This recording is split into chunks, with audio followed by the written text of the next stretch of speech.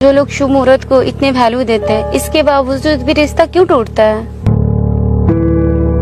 शादी के दिन आंधी तूफान और बारिश क्यों आती है? लाखों का पंडाल क्यों बर्बाद हो जाता है? बारात आ रही गाड़ियों का एक्सीडेंट क्यों हो जाता है? शादी के मंडप में दूल्हा या दुल्हन को मरते हुए सुना है, इसके बावजूद भी अब लोग शुभ मुहूर्त की बातें करते हैं। शुभ मुहूर्त पे शादी करने के बावजूद भी घर में कलेश, झगड़ा, यहाँ तक कि डिवोर्स भी हो जाते हैं। जब कोई बच्चा जन्म लेता है, जन्म से लेकर के मरने तक का कितने कर्मकांड से गुजरना पड़ता है। कुछ लोगों को लगता है कि पूजा पाठ करने से परेशानी नहीं होती है, पर परेशान हर कोई होते हैं। इससे फायदा सिर्फ एक ही वर्ग का होता है, जो इन कर्मकांड का भय दिखाकर मोटा पैसा कमाते हैं। यही नहीं, अभी और सुनिए। कहीं जाना है कलकत्ता पंजाब, तो फिर यात्रा के लिए खोजेंगे समय कौन बढ़िया है, किस मुहूर्त में जाना है। एक एक काम वेद से पूछ करके मनुष्य कर रहा है। परीक्षा देने जाएगा, उसमें शुभ मुहूर्त खोजेगा। नौकरी पाने वाला है, उसमें शुभ मुहूर्त खोजेगा। ये मनुष्य गुलाम बन गया, वेद का गुलाम बना हुआ है और वेद के अनुसार अपना चल रहे हैं। साहब कबीर ने कहा, ये मनुष्य नहीं है, ये स्वतंत्र प्राणी नहीं है, ये मानव नहीं है, ये वेद का गुलाम है। वेद पशु है, वेद है गरेरी और मानव बना है भेरी। गरेरी जैसे जैसे कहा, वेद जैसे जैसे बात को बताया है, वैसे वैसे बात को लोगों ने किया है। अब वेद के और लिखने वाले, वेद लिखने वाले 4 ऋषि हैं। अग्नि ऋषि हैं, वायु ऋषि हैं, अंगिरा ऋषि हैं और आदित्य ऋषि हैं। ये चारों ऋषि मानव थे, ये चारों ऋषि मनुष्य थे, मानव थे। इन चारों ऋषि ने वेद को लिखा। कोई भी आदमी लिखने में स्वतंत्र है, अपना जो उसको मर्जी में आवे, अपना जो उसका विचार हो वो लिख सकता है।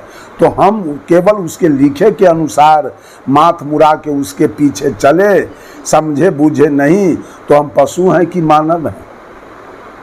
हम सारे लोग वेद के गुलाम बने हुए हैं। एक अगर बेटा का विवाह करना है तो बिना वेद से समझे हम बरियात साज के नहीं ले जाते। बेटी का विवाह करना है, बिना वेद से समझे हम बेटी का विवाह नहीं करते। तिलक ले जाना है, फलदान ले जाना है, तो बिना वेद से बूझे हम उस काम को नहीं करते। बंधुओं, हम गुलाम बने, सत गुलाम बन गया और शब्द मालिक बन गया है। सत जो जीव है, जिसने वेद को लिखा वो गुलाम बना है, और जिस चीज को इसने लिख दिया वो वेद मालिक बना हुआ है। सब लोग जो भी काम करेंगे, कहीं जाना है कलकत्ता पंजाब, तो फिर यात्रा के लिए खोजेंगे समय कौन बढ़िया है, किस मुहूर्त में जाना है। एक एक काम वेद से पूछ करके मनुष्य कर रहा है। परीक्षा देने जाएगा, उसमें शुभ मुहूर्त खोजेगा। नौकरी पाने वाला है, उसमें शुभ मुहूर्त खोजेगा।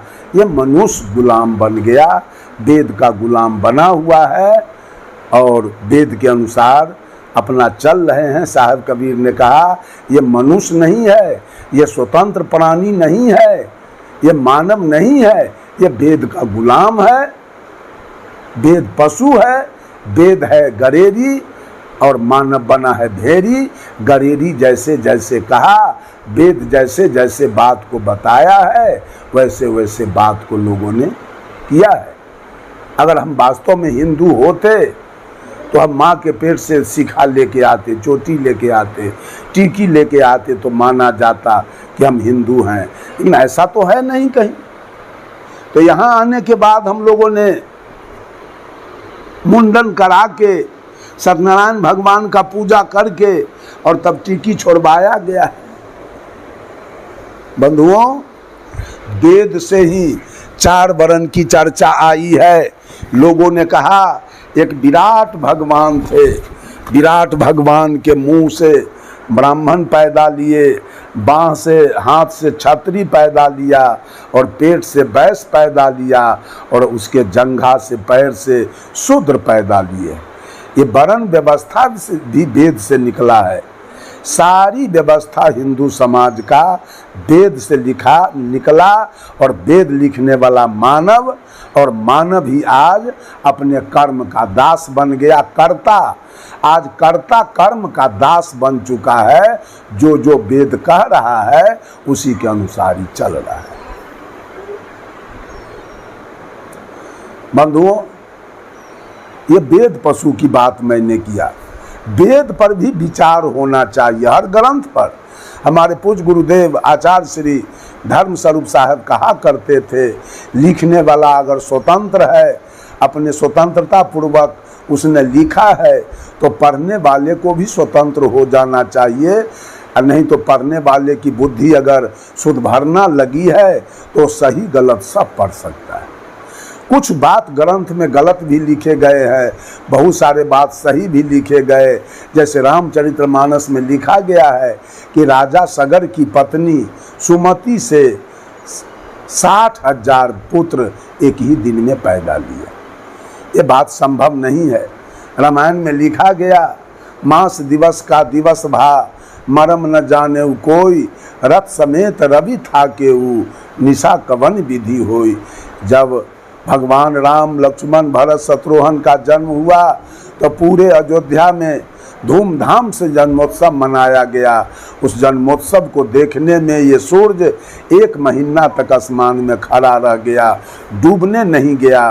परिणामतः एक राम के जन्मोत्सव में 1 महीना का दिन हो गया। लिखा, ये मरम न जानो कोई, इस मरम को आदि कवि वाल्मीकि जी नहीं जान पाए। 16वीं सदी में गोस्वामी तुलसीदास जी जाने, और रामचरितमानस में लिखा गया कि राम के जन्मोत्सव में 1 महीना का एक दिन हो गया। रथ समेत रवि था के सूर्य अपने मंडली के साथ 1 महीना तक आकाश में रुका रहा, खड़ा रहा, डूबने नहीं गया। परिणामतः 1 महीना निशा कवन विधि होई, रात्रि किसका नाम है, वही 1 महीना तक नहीं हो सका। तो बंधुओं, केवल पढ़ना, कबीर साहब भी कहते हैं, वेद पुराण कहो किन झूठा, झूठा जो न विचारे। जो समझ बूझ कर नहीं पढ़ता है वे लोग झूठे हैं। जो लिखा हुआ है उसमें से कबीर साहब कहते हैं, सब काहू का लीजिए, सब काहू का लीजिए, साचा शब्द निहार, पक्षपात मत कीजिए, कहीं कबीर विचार। पक्षपात नहीं होना चाहिए। दूसरी चर्चा में रखा आपके सामने, नर पशु, वेद पशु। बहुत सारे लोग तो नर पशु हैं, मनुष्य का शरीर तो पकड़े हैं, उनका सारा आचरण व्यवहार, खान पान, रहन सहन सब पशु के जैसा बीत रहा है। बहुत लोग तो स्नान नहीं करते हैं 15-15 दिन, 1 महीना स्नान नहीं करते हैं। उनको मनुष्य कहा जाए क्या? वो पशु के समान जीते हैं। बंधुओं, पशु में जवान होने के बाद माँ कहीं चली गई, बेटा कहीं गया, बेटी कहीं चली गई, भैंस में, हाथी में, घोड़ा में, वही बात है। उसी तरह से मनुष्य भी पशु के तरह अपने माँ बाप की सेवा को छोड़ देता है, माँ बाप को दवा हवा के लिए तरसाता रहता है। ये पशुवत ज्ञान इनके पास है। तो नर पशु, वेद पशु, और तीसरे है गुरु पशु। बहुत सारे लोग गुरु पशु भी हैं।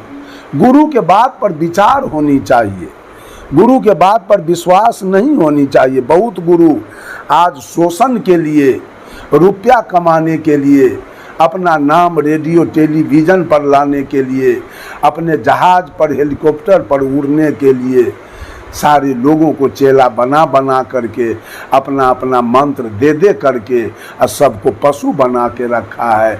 गुरु अपने गरेरी बने हैं और चेला सबको भेड़ी बना के रखा। इतने पंथ दुनिया में चल रहे हैं, सबका विचारधारा अलग अलग है, किसी से किसी का विचारधारा नहीं मिल रहा है। तो कैसे समझा जाए कि कौन मंत्र सही है और कौन गुरुजी के विचार सही है? किस गुरुजी के विचार से हमारा कल्याण होगा, किस गुरुजी के विचार से हमारी मुक्ति होगी, किस गुरुजी के विचार से हमारे जीवन में सुख शांति आएगी, इस पर तो विचार होना चाहिए। बंधुओं, आज सारे लोग गुरु पशु बने हैं।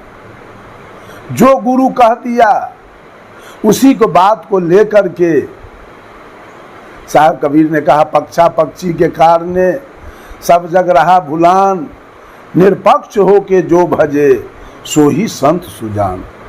आज पक्ष में लोग बट गया, पक्ष में अपना अपना अलग अलग गुरु करके सब लोग आपस में लड़ने पर लगे हैं। हिंदू समाज आपस में अपने अपने गुरु के बड़ाई में, कोई कहे गुरु जाति कीजिए जाके जुट्ठा खाई, और जाति के जुट्ठा कुत्ता खाए सो बैकुंठ न जाई। कोई कहे गुरु ऐसा कीजिए जो हमरे मन भाई, खैनी बीड़ी सबे कुछ खावे मना करे नहीं जाई। कोई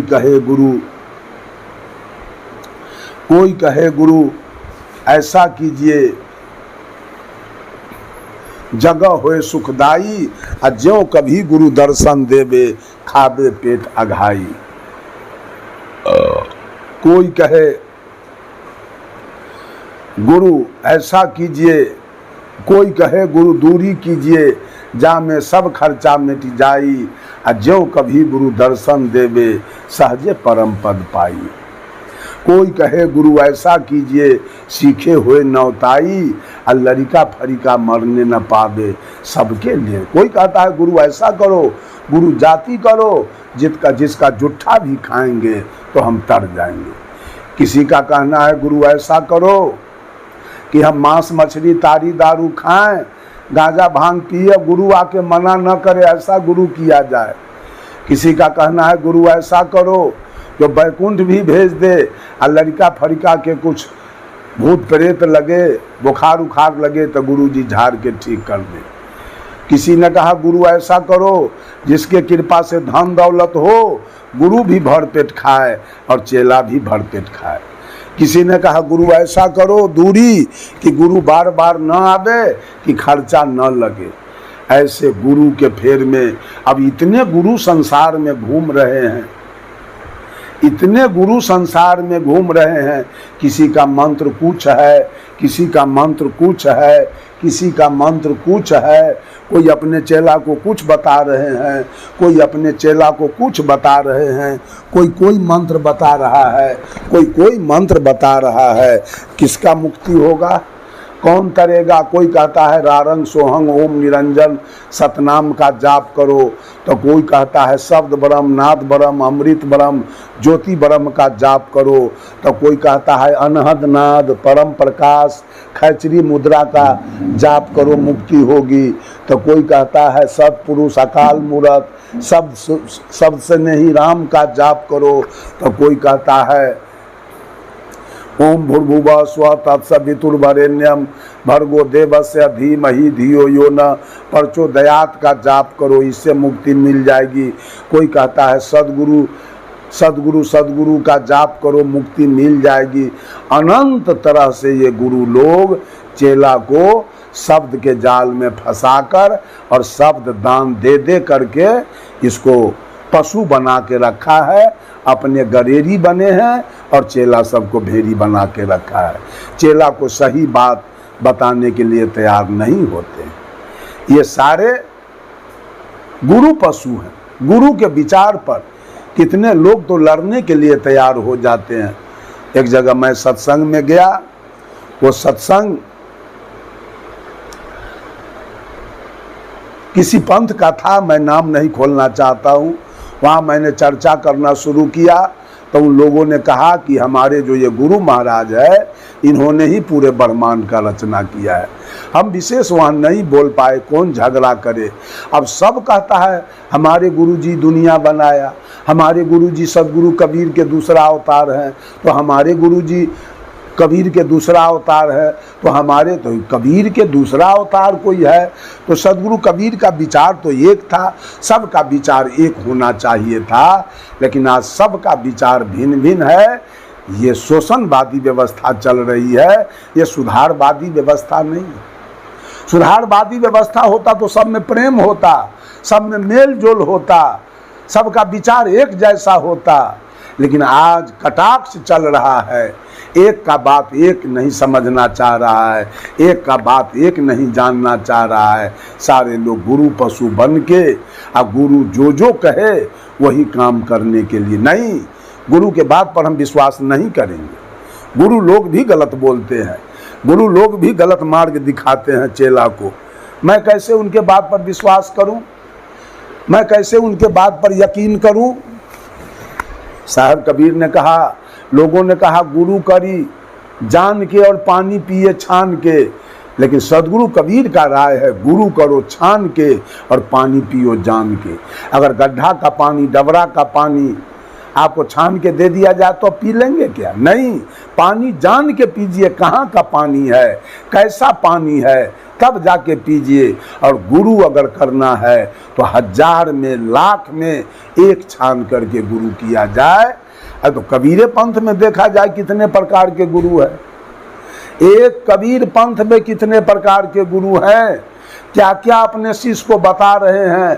कोई कुछ जाप करने के लिए बताते हैं, कोई कुछ जाप करने के लिए बताते हैं, किन्हीं का विधि विधान, कोई आरती पूजा का खिलाफ करते हैं, कोई आरती पूजा करवाते हैं, किसी का बंदगी किसी और ढंग का है, किसी का बंदगी किसी और ढंग का है, कोई चौका किसी और ढंग से करते हैं, कोई चौका किसी और ढंग से करते हैं। एवं प्रकार से किसी का पटरी नहीं मिल रहा है। तो समस्या खड़ा है कि किसके विचार से हमारी मुक्ति होगी, किसके ज्ञान से हमारा कल्याण होगा, किसके विवेक से हमारी मुक्ति होगी, ये समझ में नहीं आ रहा है। हम सारे लोग गुरु पशु बने हुए हैं। कोई सूरज को मालिक बता रहा है, कोई चंद्रमा को मालिक बता रहा है, कोई प्रकृति को मालिक बता रहा है, कोई अग्नि को मालिक बता रहा है, कोई पानी को मालिक बता रहा है, कोई हवा को मालिक बता रहा है, कोई आसमान को मालिक बता रहा है, कोई धरती को मालिक बता रहा है, कोई मंदिर में मालिक बता रहा है, कोई मस्जिद में मालिक बता रहा है, कोई गिरजा में मालिक को बता रहा है, कोई गुरुद्वारा में मालिक को बता रहा है। कोई कहता है हमारे मालिक आम, लीची, कटहर, केला, अमरूद, खीर, पूरी, पेड़ा, रसगुल्ला खाते हैं। हिंदू से किसी ने पूछा आपके भगवान क्या खाते हैं, तो कहा अरवा चावल, बतासा और तुलसी के पत्ता खाते हैं। उस आदमी ने कहा हिंदू के भगवान के लीवर खराब है, ये तुलसी के पत्ता और अरवा चावल खाते हैं। मुसलमान से पूछा आपके अल्लाह क्या खाते हैं, कहा हमारा अल्लाह बकरी, मुर्गी, गाय, भैंस, ऊँट, दुम्मा खाता है। कहा वाह, आपके अल्लाह का लीवर मजबूत है, वो सब कुछ पचाता है। कहा लेकिन सुनो मौलवी साहब, आपके अल्लाह का भी लीवर उतना मजबूत नहीं है, इसलिए कि शुगर में चर्बी होता है ज़्यादा, वो अल्लाह के लीवर पर पास नहीं करता है। ईसाई से पूछा गया आपके भगवान क्या खाते हैं, तो ईसाई ने कहा हमारे भगवान तो गाय और शुगर दोनों खाते हैं। कहा वाह, आपके भगवान का लीवर मजबूत है, आपके भगवान का लीवर ठीक है। बंधुओं, कैसा गुरु किया जाए पक्षपात वाला? साहब कबीर ने तो यहाँ तक कह दिया बीजक में, दादा भैया बाप के लेखों चरणन होई हो बंदा, आ इनकी पुरिया जो निर्वारे सोजन सदा आनंद। है दुनिया के लोग, मैं तुमको अपना दादा मानता हूँ, मैं तुमको अपना बाप मानता हूँ, दादा मैं तुमको अपना भैया मानता हूँ, दादा भैया बाप के लेखाओं चरणन हुई हो बंदा, तेरे चरण का मैं नौकर बनने को भी तैयार हूँ। लेकिन इस बार जो मानव शरीर रूपी पुरिया तुमको मिला है, इसका निर्वाह कर लेते हो तो सदा के लिए आनंद हो जाओगे। कबीर गुरु बनना नहीं चाहते, कबीर तो चेला बनना चाहते हैं। वो तो कहते हैं नारी सकल पुरुष को खाया, ताते रहो अकेला, कहें कबीर जो अब की बूझे सोई गुरु हम चेला। सदगुरु कबीर चेला बनने गुरुवाई करना नहीं चाहते। कबीर ने तो यहाँ तक कह दिया मेरे नाम का जाप कोई मत करे, मेरी पूजा, मेरे फोटो, मेरे मूर्ति का पूजा कोई मत करे, मेरे नाम का जाप कोई मत करे, मेरे ऊपर जल कोई मत चढ़ावे, अगरबत्ती कोई मत बारे। सब लोग अपने अपने लिए, मैं अपना कर्म करके आ गया जहाँ जाना था वहाँ, आप लोग भी अपना कर्म कीजिए, अपना सुधार कीजिए। और कह दिया उन्होंने, रे बंदे कर ले आप निबेरा, सब लोग अपना अपना निबेरा करो। कबीर ने अपने तरफ से किसी को एक मंत्र जाप करने के लिए नहीं दिया। कबीर ने शब्द के जाल में किसी को बांधा नहीं, सबको स्वतंत्र कर दिया है। कहा, 5 तत्व का पूतरा युक्ति रचा मैं कीव, मैं तो ही पूछो पंडिता, शब्द बड़ा की जीव। शब्द बड़े हैं कि जीव बड़े हैं? लड़ाई हो गई हमको उस पंथ से, कहा कि नहीं शब्द बड़े हैं। पहले शब्द आया, उसके बाद जीव आया। अगर जीव नहीं था तो शब्द का प्रसार कौन करता? शब्द को पढ़ता कौन? इतना प्रचार प्रसार कैसे होता? बंधुओं, पहले जीव है तो जीव ने पढ़ाई किया है। और सारे अक्षर ही काया से निकला है। जितना भी बात आप बोलते हैं वो सारा आत्मा की आवाज है। आत्मा न रहे, पंडित जवाहरलाल नेहरू के अंदर से आत्मा निकल गया, वहाँ से एक भी आवाज़ नहीं है। श्रीमती इंदिरा गांधी के अंदर से वह आत्मा निकल गया, वहाँ से एक आवाज़ नहीं आएगा। परम पूज्य अभिलाष साहब के काया से वो आत्मा निकल गया, वहाँ से कोई सत्संग की चर्चा नहीं आ सकती है। हमारे परम पूज्य आचार्य श्री धर्म स्वरूप साहब के काया से वो आत्मा निकल गया, वहाँ से अब कोई प्रवचन, कोई सुधार की बात होने वाली नहीं। हमारे परम पूज्य राम रहस साहब, काशी साहब, गुरुदयाल साहब, निर्मल साहब, विशाल साहब, लाल साहब, प्रेम साहब, सब के काया से ये आत्मा निकल गया। वो लोग अब कोई प्रवचन नहीं दे सकते। अभी के जो सद्गुरु हैं वही हमारा कल्याण कर सकते हैं, वही हमारा। लेकिन गुरु का खोज किया जाए, गुरु का अनुसंधान किया जाए। गुरु तो इतने घूम रहे हैं दुनिया के अंदर, दाल ले ली, चाउर ले ली और ले ली पैसा, आ कान दोनों फूक दे ली, ढेरा हुआ चाहे भैंसा। ऐसे ऐसे गुरु सब समाज में घूम रहे हैं जो आपके जीवन को बर्बाद कर सकते हैं। गुरु जी स्वयं खैनी खाते, मैं बहुत गुरु जी को देखा है खैनी खाते हुए, बीड़ी पीते हुए, सिगरेट पीते हुए मुखिया में खड़ा होते हैं, सरपंच में खड़ा होते हैं, वार्ड मेंबर में गुरु लोग खड़ा होते हैं, जिला परिषद में, पंचायत समिति में खड़ा होकर जीत कर दलाली करते हैं, घुसखोरी करते हैं और वो गुरुवाई भी करते हैं, चेला का शोषण भी करते हैं और चेला से अपना खूर भी पुजवा लेते हैं और विदाई बनगी भी ले लेते हैं। ऐसे लोग गुरु पशु का काम करते हैं। ये साहब कबीर ने कहा, नर पशु, वेद पशु और गुरु पशु। बहुत सारे लोग गुरु पशु हैं, बहुत सारे लोग गुरु पशु हैं। इसे सावधान हो जाएं। मनुष्य में जन्म लिए हैं तो मनुष्य बन के जिए, आदमी बन के जिए और किसी का गुलाम न बने।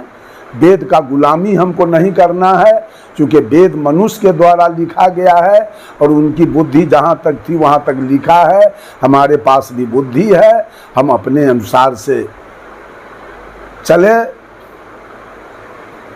पशु न बने। और तीसरा, गुरु भी जानबूझ कर करें, सोच विचार कर करें, लाखों में एक छान कर करें कि हमारा कल्याण हो जाए। बहुत गुरु को आपने देखा है अभी तक के गुरुवाई करते भी हैं और जेल भोग रहे हैं। ये भी आपके सामने है, गुरु लोग जेल में पड़े हुए हैं। कैसे हमारा जो अपने जेल काटे, जो अपने जेल में रहे, और चेला को सतलोक भेज देगा क्या? इस पर विचार किया जाए। गुरु पशु नहीं बना जाए, मानव बन के, इंसान बन के जीवन बिताया जाए। चौथा, साहब कबीर ने कहा, तिरिया पशु। साहब कबीर ने कहा कि बहुत कम लोग हैं जो अपने विचार के अनुसार चलते हैं, अधिक लोग अपने अपने पत्नी की गुलामी करते हैं। तिरिया पशु बने हुए, पत्नी जो ही कहती है। अगर मन में है कि सत्संग करना है, भंडारा करना है, अब पत्नी अगर नकार दिया तो भंडारा समाप्त हो जाता है, बंद हो जाता है। अगर आपको भंडारा में जाने का इरादा है, दल मिल गया है, सूचना मिल गई है, लेकिन पत्नी अगर रोक दे तो आप भंडारा में जाना भी छोड़ देते हैं। बंधुओं, साहब कबीर कहते हैं, जग में दास कहा बई, चुटकी चून न दे, अब भक्त होए रहा नारी के, नाम गुरु का ले। दास तो हम कहाते हैं कि हम कबीरपंथी हैं, जग में दास कहा वही चुटकी चून न दे, लेकिन चुटकी के बराबर किसी को खैनी खाने के लिए कोई चुनना एकदम थोड़ा सा देता है। सदगुरु कबीर का इशारा है कि चुटकी भर चुनना के बराबर तू परमारथ करना नहीं चाहते हो, परमारथ तुम्हारे जेहन में नहीं है, परमारथ तुम्हारे हृदय के अंदर नहीं है, केवल खाने का काम करते हो, घूम घूम करके चारों तरफ दूसरे का बनाया हुआ, दूसरे का अन्न पानी खाते हो और दूसरे का केवल विदाई बनगी लेते हो, अपना खर्च करने के लिए कभी तू तैयार नहीं हो। जग में दास कहावई चुटकी चून न दे, भक्त होए रहा नारी के। अरे भक्त तू अपने पत्नी के है, नाम गुरु का ले, केवल गुरु का नाम जपते हो और गुलामी करते हो पत्नी के। एक बहुत बड़े सेठ थे, सेठ के यहाँ, सेठ कबीरपंथी था, सेठ के यहाँ गुरु जी गए भंडारा कराने। भंडारा जब हो गया तो गुरु जी ने कहा सेठ से कि देखो अब हम जाएंगे। कहा गुरु जी अरे बहुत दिन पर आए हैं तो 2-4-5 दिन रहिए। तो गुरु जी रुक गए 2-4-5 दिन। 5वां दिन गुरु जी कहे कि अब हम चलेंगे, अब दूसरे गांव जाना है। तो सेठ ने कहा तो गुरु जी कुछ फरमाइए, क्या चाहिए आपको? गुरु जी ने कहा हमको कुछ नहीं चाहिए, एक आर्बन कोपिन का कपड़ा हमको दे दो और मैं चला जाऊंगा। सेठ ने कहा गुरुजी आपने तो कहा कुछ नहीं, और कहा तो बड़ी बात कहा। कहा क्या? अरे अभी दिवाली का समय आ रहा है, लक्ष्मी पूजा के, अगर थान फाड़ेंगे आपके आर्बन कोपिन के लायक तो हमारा थान खराब हो जाएगा, छेंट हो जाएगा, इसलिए आप जाएं और पूरा थान बिक के जब छेंट बच जाएगा तो आपके लिए मैं आर्बन कोपिन का कपड़ा रखूंगा और आप अगले साल आके ले जाएंगे। गुरु बाबा के मुंह का बात मुंह में रह गया। सेठ जी गए दुकान पर, तब तक सेठ जी की पत्नी आ गई। सेठ जी की पत्नी कहती है गुरु बाबा से, बाबा हमारे पति को आप क्या कह रहे थे? गुरु बाबा ने कहा कुछ नहीं मैं कहा था। कहा कुछ तो आप जरूर बोल रहे थे। कहा कि हाँ कहे थे कार्बन कोपिन का कपड़ा दो। तो कहा क्या कहा चेला ने? कहा कि नहीं अभी तो नहीं देंगे, अगला साल आइए, थान बिक के छेंट बचेगा तो आपके लिए रखेंगे, आप आएंगे तो मैं दे दूंगा। सेठनिया कही गुरु बाबा से, बाबा वो सेठ मेरा चेला है, मैं उसको चेला मूड के रखा हूँ, आप तो झूठ के आते हैं दखलंदाजी करने कि मेरा चेला है। गुरु बाबा ने कहा कि ऐसा नहीं कभी हो सकता है कि पत्नी के चेला पति हो। सेठाइन कही गुरु बाबा से, बाबा तो आपको विश्वास नहीं हो रहा है तो आज भर रुक जाइए और चेक करके देखिए कि वो सेठ आपका चेला है कि मेरा चेला है। गुरु बाबा ने देखा एक रोज रुक जाने में हमको क्या लगेगा, रुक गए गुरु बाबा। जब शाम हुई तो सेठाइन करेजा पीट करके पलंग पर जाके उलट गई और चितपट होके इधर से उधर, उधर से इधर आ रही थी और जा रही थी। अब नौकर, सेठ का नौकर दौड़ते हुए दुकान पर गया और कहा मालिक मलकिनी आज नहीं बचेगी। कहा क्या हुआ? अरे पलंग पर चितपट होके उलट रही है, इधर से उधर, उधर से उधर जा रही है। सेठ को बड़ा दुख हुआ और सेठ बहुत जल्दीबाजी में घर आ गया। सेठाइन का स्थिति देखा, सेठ का भी हिम्मत पस्त हो गया। अपने नौकर से कहा जाओ एक खूब बढ़िया डॉक्टर, खूब जानकार MBBS डॉक्टर को लेके आओ जल्दी से।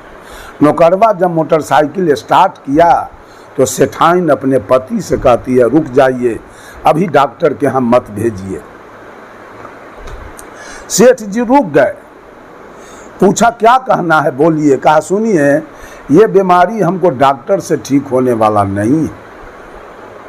कहा फिर कैसे ठीक होगा? कहा ये बीमारी एक बार हमको मैके में भी हुआ था, नैहर में। सेठ जी ने पूछा तो ठीक कैसे हुआ? कहा रे मेरे पिताजी 100 जोड़ा साउथ सिल्क साड़ी जलवाकर और उसका राख लगवा दिया, बीमारी हमारा ठीक हो गया। सेठ जी ने कहा कौन बड़ी बात है? नौकर को कहा ऊपर दुमहला पर चढ़ो और 100 जोड़ा बनारसी साड़ी उतरवा लिया और उसमें सलाई बार के लगा दिया, जल के राख एक चुटकी राख हुआ। सेठ लेके गया पत्नी को देने, राख लीजिए और लगा लीजिए। सेठाइन कहती है फेंक दीजिए, बीमारी हमारा ठीक हो गया। अब सेठाइन गुरु बाबा को बुलाती, कहती बाबा अब बोलो सेठ किसका चेला है? आपके लिए एक अर्बन कोपिन का कपड़ा नहीं था और मेरे लिए 100 जोड़ा बनारसी साड़ी जल गई। गुरु बाबा समझ गए इस बात को, कहा कि ठीक है तुम्हारा चेला है, मैं यहाँ से विदा ले रहा हूँ, मैं यहाँ से जा रहा हूँ। बंधुओं, अधिकतर लोग अपने अपने पत्नी के गुलाम बने हुए हैं। पत्नी जो जो कहती है उसी के अनुसार चलते हैं, उसी के अनुसार गुरु को भी बुलाते हैं, उसी के अनुसार गुरु का भी सेवा करते हैं। अगर पत्नी न चाहे तो भंडारा नहीं होगा। ऐसा इतना तक लोग करते हैं कि पत्नी से बूझ के किसी को कुछ देते हैं। कोई गरीब दुखिया कुछ मांगने आवे तो दौड़ल जाते हैं पत्नी से पूछने, फलाना गरीब आदमी इसको कुछ दे दीजिए, अपने से नहीं दे सकते। ये पत्नी से राय मशवरा करेंगे किसी को कुछ देने के लिए। बंधुओं, साहब कबीर ने कहा 4 प्रकार के पशु इस संसार में है, नर पशु, वेद पशु, गुरु पशु और तिरिया पशु। तिरिया पशु संसार कहें कबीर वे न पशु, जाके विमल विचार। तो आपके सामने थोड़ी सी चर्चा मैंने किया, सदगुरु कबीर के विचार को मैं आपके सामने रखा हूँ। सब लोगों ने बड़े शांतचित्त स्वभाव से सुना है। सबको साधुवाद, सबको धन्यवाद। किसी के जीवन में कोई क्लेश न हो, किसी के जीवन में कोई दुख न हो, किसी के जीवन में कोई कष्ट न हो। सबका जीवन लगाव, सद्भाव, प्रेम भाव से बीते। इन्हीं चंद शब्दों के साथ अपने वाणी में देता हूँ विराम। बोलिए सद्गुरु देव की।